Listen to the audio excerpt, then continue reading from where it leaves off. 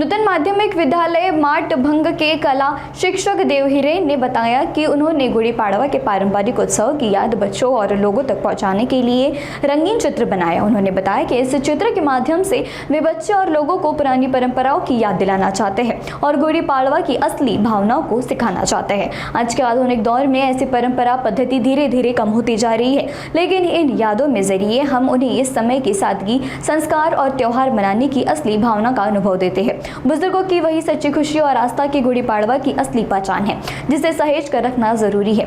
भावनाओं को जीवंत करने के लिए उन्होंने रंगीन खिड़कियों में आकर्षक चित्र बनाकर गुड़ी पाड़वा की मराठी शैली में शुभकामनाएं दी। नमस्कार, मी कला शिक्षक श्री देवहिरे, नूतन माध्यमिक विद्यालय भाटगाव, तालुका चांदवड, जिल्हा नाशिक। आज चैत्र शुद्ध प्रतिपदा अर्थात हिंदू नववर्ष आणि मराठी नववर्षाचा हा पहिला दिवस म्हणजेच गुढीपाडवा।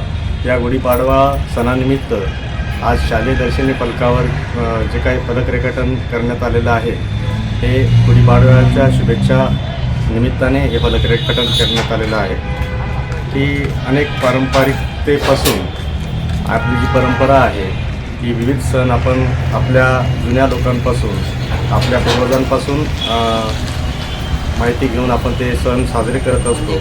जुन्या काळामध्ये आपले आजी आजोबा हे सण अत्यंत उत्साहात आणि आनंदात ते साजरे करायचे। अत्यंत भोळा स्वभाव असूनही ही लोक अत्यंत उत्साहात आणि आनंदात हा सण साजरा करायचे।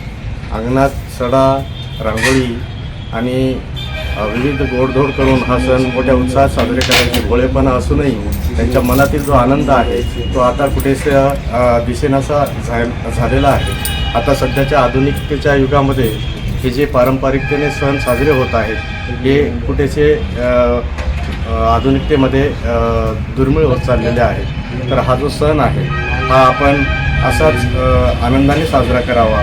आपली जी काही पूर्वज आहेत, आपले आजी आजोबा आहे, यांच्यापासून जी आपल्याला प्रेरणा मिळाली, जी पारंपरिकता मिळालेली आहे, ती अत्यंत साधेपणाने आणि आनंदाने हा सण मोठ्या उत्साहात आपण सर्वजणांनी साजरा करावा, या शुभेच्छा आपण या फलक रेखाटनातून दिलेल्या आहेत।